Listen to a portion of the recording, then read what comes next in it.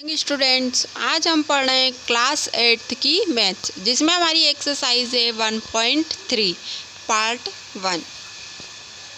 उसमें question number first आता है, right the base and the exponent in each of the following. यहाँ पे हमें नंबर्स दिए हुए हैं। इन नंबर्स में हमें बताना है कि नंबर्स में बेस कौन सा है और एक्सपोनेंट कौन सा है, मतलब हमें पावर बतानी है।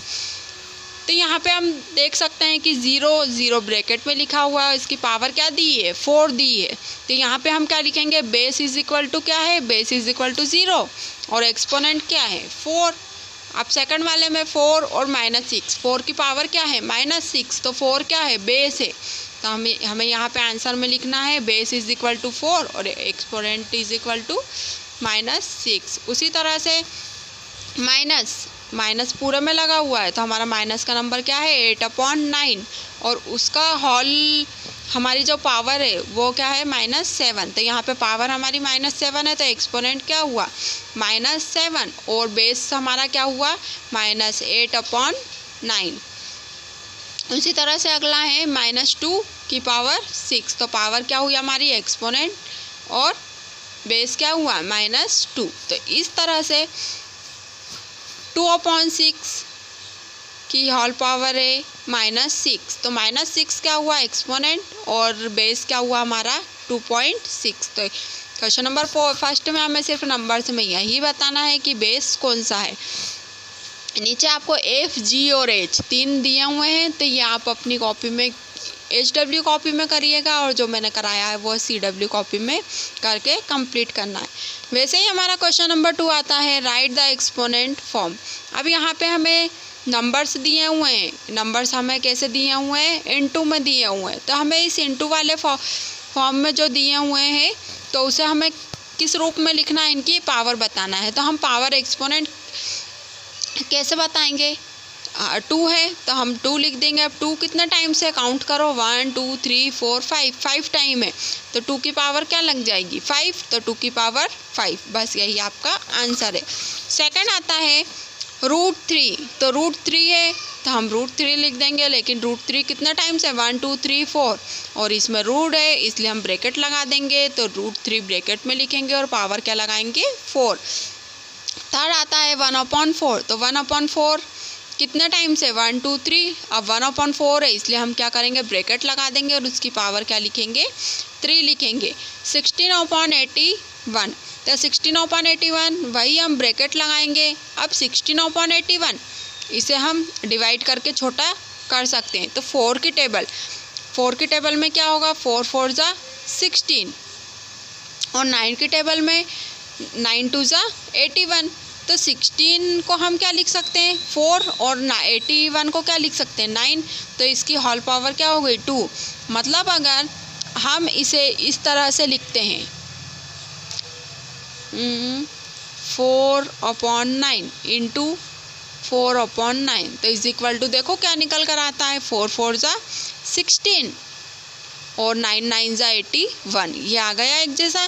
तो हम इसे क्या, इसकी पावर कैसे दे सकते हैं 4 की पावर 2 और 9 की पावर 2, तो इसकी होल पावर क्या हो गई 2। तो यह इस तरह से होगा। वैसे ही नेक्स्ट हमारा आता है -2/3, तो कितना टाइम से -2/3, उसमें ब्रैकेट लगाएंगे और पावर 3। अब यहाँ पे हमारा आता है अगला 5 की पावर 2 हुई, तो 5 कितने टाइम से 1 2 3 4 टाइम्स 2 है, तो यहाँ पे तो 5 की पावर 2 है ना, तो 5 की पावर 2 कितनी बार है 4 टाइम, तो हम पहले 5 की पावर क्या लिखेंगे 2।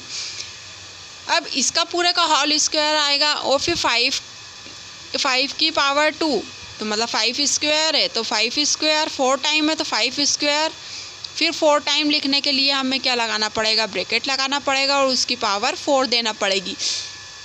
तो यहाँ पर हमारा 4 और 2 का क्या हो जाएगा इनटू हो जाएगा, तो 4 2 ज़ा 8, तो हम 5 की पावर क्या लिख सकते हैं यहाँ पर 8, 5 की पावर 8 लिख सकते हैं।